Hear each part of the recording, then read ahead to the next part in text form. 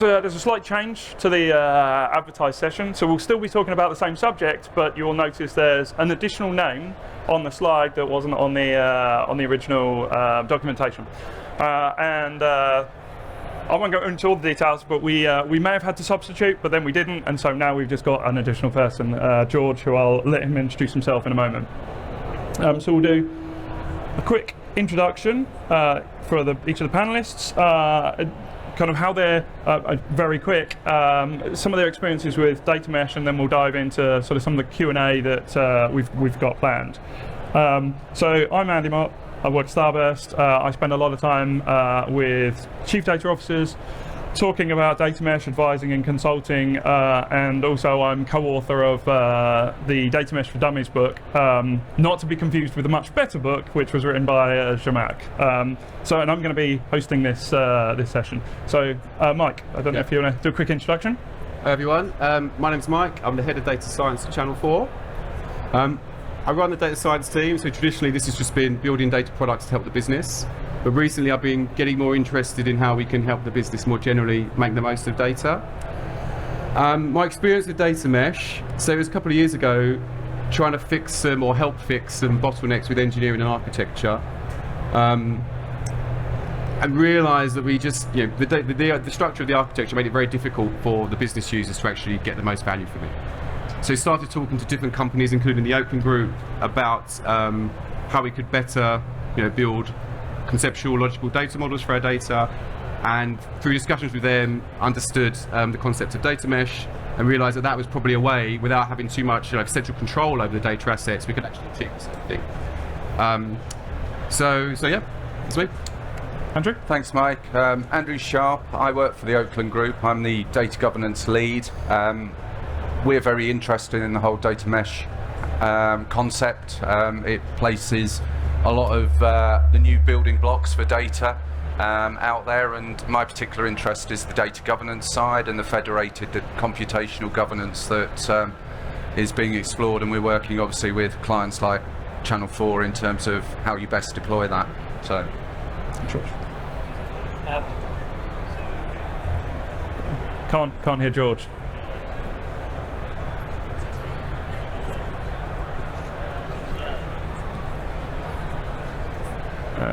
We might need another microphone. Yeah, let's do that. Sorry, everybody. Hey everyone, so George Carter, I run data stuff for the Air Force. Most of that looks like running a transformation program called Wyvern, which is about implementing a data mesh in the RAF. I guess we are starting from a slightly different place, so we're trying really hard to use the service personnel and the civil service that we work with to grow their skills to become new domains on the mesh, which means that we have a bunch of additional challenges in terms of we're not starting with a mature data science or data analytics teams, but we're probably about a year into that journey, 6 months of kind of hard delivery. So yeah. Cool, thank you. Data mesh is a pretty hot topic. There's obviously this theatre, and everyone's got their own views, etc. And I guess if you believe the hype, it solves all the issues that we've historically seen with data management. Specifically around basically enabling people to be more agile with data. I would suggest that data mesh, and I'm not going to sort of recap what data mesh is. I'm assuming you guys are all familiar. If not, then please come to Starburst booth afterwards and we can spend some time on that. But I think data mesh is much like a journey, and I think everyone's starting from a different place, and everyone's probably going to end up a different place. But I think there's kind of a spectrum out there of organisations that, and there are no organisations like this, but the spectrum is every piece of data you've got in a single platform with a single set of people kind of managing that all the way through to an infinite number of computer systems or data systems with an infinite number of people who all have ownership over however you've distributed that data in a completely decentralized way. And I think data mesh essentially allows us to start moving along that spectrum from that very centralized model to that very decentralized model. I'm not convinced anyone's ever going to get to either end, but that's kind of the general direction. So I think when we think about that journey, sort of from centralized to decentralized, I think there's a number of hurdles that we will find and we'll have to sort of overcome. And with that in mind, I guess, starting with you, Mike, it would be interesting to hear your thoughts on what some of those hurdles may be moving towards that more centralized sort of control towards of data and management of data towards more decentralized. Okay. So I think the first thing to think about is why we want to decentralize, right? Okay. And always have that in mind. So you want the business to own the data products, so we're doing the things they want. You want the practitioners to be experts in the domains, and you want business to move at their own pace. You don't want any bottlenecks, particularly from an engineering team. And I think you do get those things if you fully decentralize, but there are downsides if you do it too quickly. Okay. So I think the biggest thing sort of holding you back is the data maturity of your organization itself. Because if you want to change and become more decentralized, you have to change a lot in terms of people and the organization. Right. And if you do it too fast, it probably won't work, right? And I think two of the pitfalls if you do it too quickly. One is you need specialist disciplines within the data orgs. You need scientists, analysts, engineers. If you federate everyone too quickly, you lose that strong sense of data disciplines. And if you federate too quickly, you might end up pushing like a data product team into a part of the business where the business owner doesn't really know what to do with them, and you end up with scientists building dashboards and not doing the work they should do. So I think you really need to be careful how you do it. So probably what we're going to do with an intermediate step is to actually centralize cross-discipline teams, but make sure the work they do is led by the business owner and led by the product owner in the business, which is kind of a step to giving the business control over what everyone's doing, but we're not trying to sort of scatter the teams before we're ready. Yeah. And the reason to be really careful about that is that to make the change, like the business change and the people change, there's a massive investment. I mean, if you think about like data engineers at Channel 4, they're actually they're scattered. They're not necessarily one homogeneous block. They have different roles depending on where they are. And making that big change is a big investment, and you need to prove that it's worth it before you actually start. Yeah. So doing something intermediate where you can actually demonstrate the benefits of that a federated approach would be first is what I would suggest. And it then means that by the time you actually come to make the change, the business will have matured because they'll have learned what you actually mean by federation. So I think, I think like people and process is probably the biggest blocker, but you need to do this thing slowly and incrementally so the business can learn with you what it is you're trying to achieve. Okay, thank you. And I guess, Andrew, with your kind of data governance hat on, it'd be interesting to understand your thoughts on that movement from centralization to decentralization. From a governance perspective, what some of those hurdles are that you kind of see. Yeah, absolutely. And I think, Andy, what I think we would encourage is everybody is starting at a different point in time. So the clients we talk to are at different stages. Some are already on a decentralization journey. Others are talking about data products. So I think you almost need to step back and look at, in the way that you do with data governance, you need to do a data mesh maturity assessment, because each organization is going to be different in terms of where its start point is and where it breaks into that journey. So some people could be stronger in some areas than others. So we would almost say, let's do that stock take and see where your strengths are, what your business imperatives are in order to drive that forward. And that's something that I think would then enable you to have a roadmap as to how you move to that decentralization approach, because you can talk about decentralization as much as you like, but if your overall organization is still a very centralized one, then you haven't got a Scooby of getting there anytime soon. So you need to understand what levers you should be pulling first to maximize that. And from a governance point of view, I think the governance bit is probably the hardest of the four pillars to deploy. And actually, I think my advice is that's probably the last place you'd start, is probably the one that's in the hardest bucket, and work back from there. I think I'd add as well, like full federation might not be the best destination for every organisation, right? Absolutely. I think it's like, it's not necessarily where you're trying to get to. You want to get to the point where you're most as effective as you can be, Right. and then assess. Sorry to say that. No, that's fine. You jump in. That's the point. You guys are the guys that are kind of experiencing this. So, and I guess the same to George. And it's really interesting because I think you come from such a different background from most of the people in this room. Probably, I think potentially there's quite a lot that you can add. So like echoing, I guess, what everyone else says. I think decentralization goes hand in hand with empowerment, right, of your data teams. Like if you're going to go, you can go operate as your own entity, you have to empower them. And one of the things I talked about yesterday, but one of the things we're definitely facing in the RAF is like you have to balance that empowerment with the maturity of the team, much like you say. We've taken a slightly different approach, so it's not as if we're not starting central and working our way, like slowly disbanding a central team, but what we are doing is we're super heavy on coaching. For the, like, we expect the domains on their own to do very little, including things like choosing their tech, choosing what products that they work on, engaging with their senior stakeholders. Like, we do all that stuff with them, and hopefully over time, as they mature and they start to find other products and start to understand the value of different things and start to be able to advocate for different directions to their leadership, we can start to rein back our kind of coaching support. Cool, thank you. And I'm conscious of time, and there's a few different topics I wanted to touch on. So I wanted to also touch on data products. So there's 4 pillars that everyone's aware of. My personal opinion is that data products is actually the most important pillar. Again, I can say that because Shamak, I don't think he's here today. And I think that getting people to kind of own that and own that responsibility for sourcing, transforming, serving data products to the rest of the organization, I think without that, actually you don't really have anything.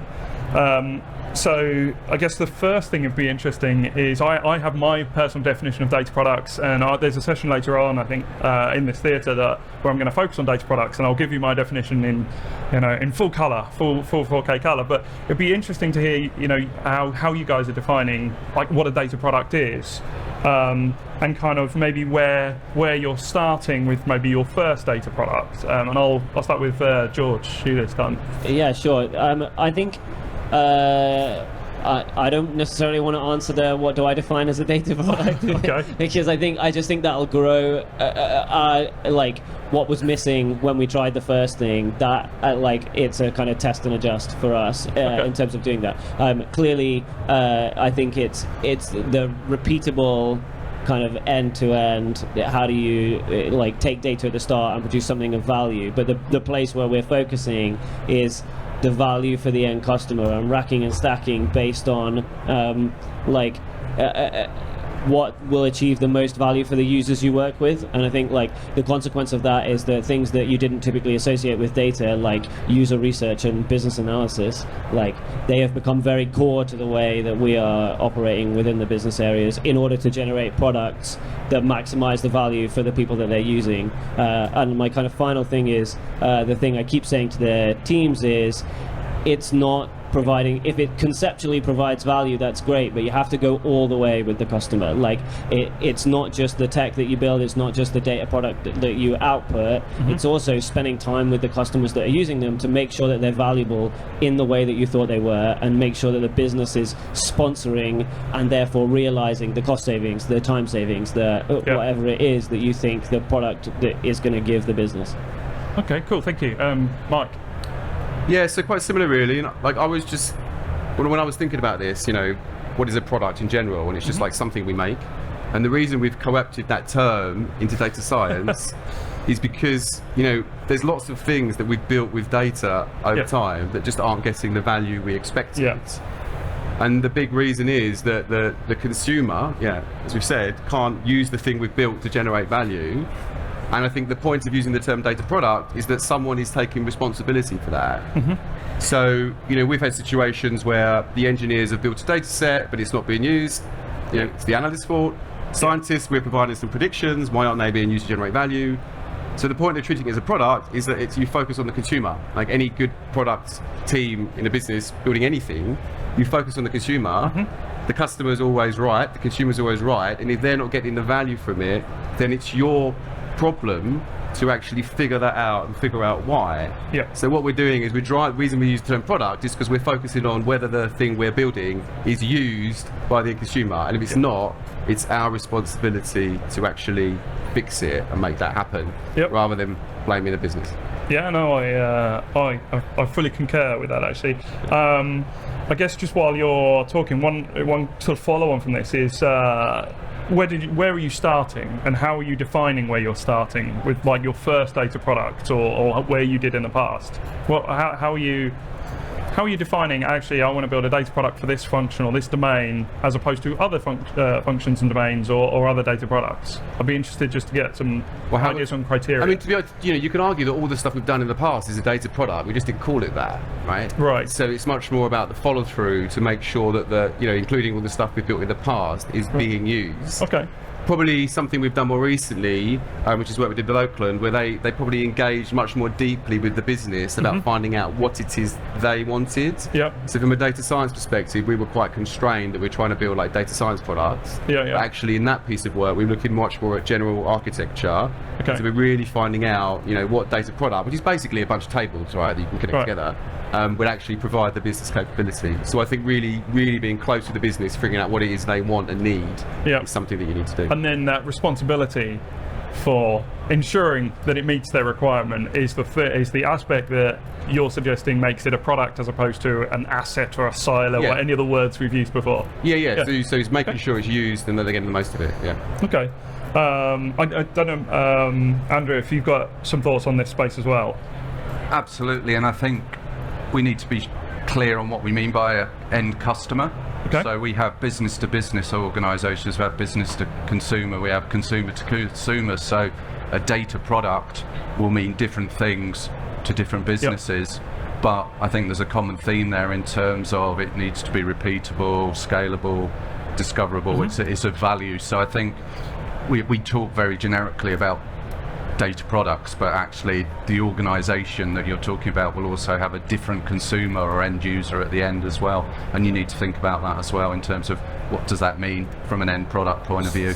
So that's an interesting comment you made in there, which kind of leads me on to a follow-on, which is cross-domain data entities. Now, for those that have read the Zermatt book, there's a whole section on polysemes and having different context and definition for essentially the same data, and it meaning different things to different departments, and how we kind of consider and manage that interoperability of data products across domains, which then leads us into kind of what I would call cross-domain data entities. And I guess having cross-domain data entities that are consistent allows us to use data products together.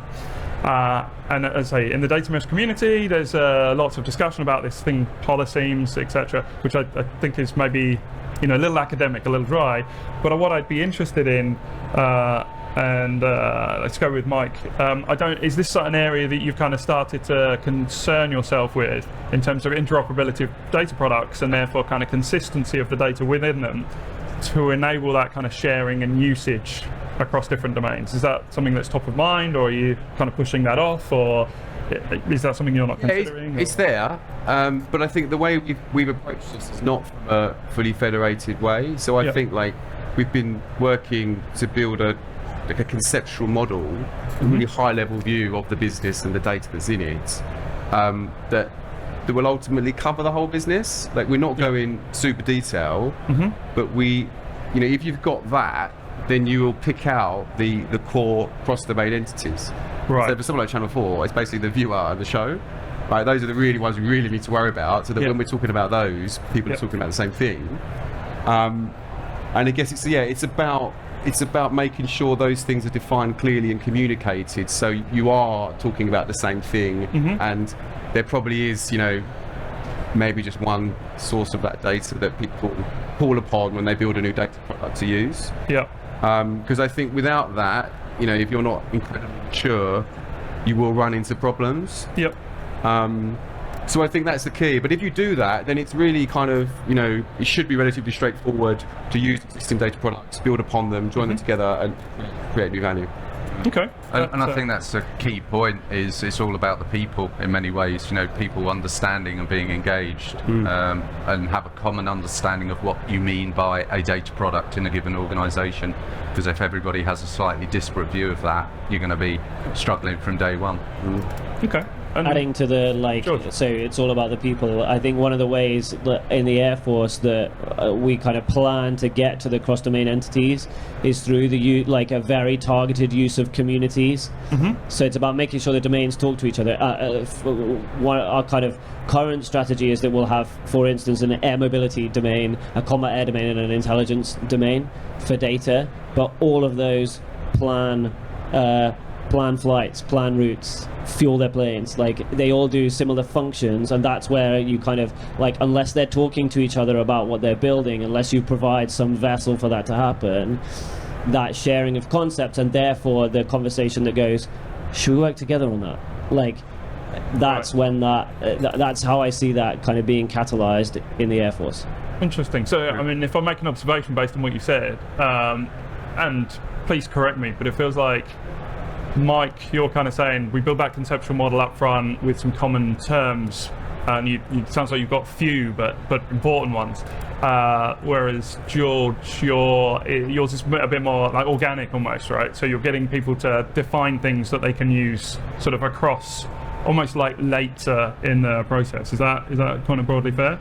Yeah, I think that's probably right. I think part of that is the sheer complexity of the Air Force. I don't think anyone in the Air Force could describe all the functions that we do in a very canonical way. So we have to find out as we go. Yeah. So that leads into an interesting, or to me anyway, interesting. I'm quite sad of these things. An interesting kind of segue into kind of governance and. Again, there's a lot of stuff in governance in Mesh, but I guess if we think about governance at the highest level, you kind of got standardization versus innovation, and that sounds like a bad thing to say, but the more kind of controls you put in, the more standardized everything can be, but arguably the less opportunity you give for people to do new things and try stuff out. On the other side, you give everyone freedom to do stuff, but with little control, then that has obviously its own consequences. And I guess, where do you guys kind of see that balance, and how are you managing that balance between, command and control, RAF maybe, and kind of maybe creation or creativeness, which might be more sort of Channel 4, I guess. How are you balancing that, or are you balancing that? Is that even a reasonable question to ask, I guess? Yeah, I think it comes down to how mature the organisation is. But Right. I think on the governance side, it always comes down in hierarchies, right? And I guess the problem with maybe the old way centralised thing is that hierarchy is quite deep. You're trying to go all the way from the top to the bottom. Right. But if we want to govern an organisation using a data mesh approach, someone still needs to decide what the domains are, right? So Yeah. there is someone on top making that breakdown. Yeah. And I think you make the breakdown. You then got cross-domain entities. You go to a certain sort of depth. Yeah. And it's at that point when you're able to release the teams to do Right. what they want to do. Yeah. There's always someone at the top doing something, and it's Right. about how deep that person goes. And if it Yeah. goes too deep, then you're controlling too much. Okay. Too light, you're giving people too much freedom. So I think that's where the balance is in terms of, governing in a way that doesn't stifle innovation, but means that things don't go nuts. That's interesting. And what would you, George? Because it feels like you're in a different place, which is control and command, but also agile a little. Yeah, so I think we probably are in a tighter control place, but largely down to the maturity thing, not because aspirationally we want to be in a tight control place. One of the things I've been thinking about is how we control innovation as a consequence, and so things we'll carry on we'll build data products, you'll form the structures, you'll use the tools that I think you should use, I help you with how you choose the data products, how you engage with stakeholders, but also I will find a way maybe it's a communities thing again, or maybe it's like dedicated ideation type sessions that force people to come together and think about things that they haven't thought about yet, and so like, but again, it's a level of control to kind of force innovation, which is again, not ideal, but as we progress up the maturity curve, maybe that'll become less required. Yeah. And Andrea, I guess I know you've been in the governance space for a long time. I guess it'd be interesting to hear your thoughts, kind of coming from maybe more traditional governance to, this sort of more mesh, more innovative, more freedom approach, and kind of what you're seeing as well. Yeah, no, I think the governance piece is the most interesting of mesh, because I think it's the most immature. Right. And when you read Zhamak Dehghani's book, she talks about the needing to be a bit of a shift. Yep. I think it's a seismic shift. I think the whole way in which mesh is conceived and the way it's delivered is a fundamental change. So for people like myself who've come up through a more non-traditional, not technical route, I think mesh, if it's deployed correctly, is going to be a seismic change to where we are at the moment. So I don't think this is about tweaking governance on the edges. This is about practitioners like myself having a really fundamental rethink about how we've done governance previously. And I think in the last couple of days I've not really seen many people facing into that, and I think there's a bit of work still to be done in that space. We talk about governance, oh yeah, we need to govern this, but actually it's more than a shift. It's going to be, it's going to be from X to Y. It's kind of seismic shifts that we need to think about, and I think we're only starting that journey at the moment. Okay. I'd agree with that to a large extent.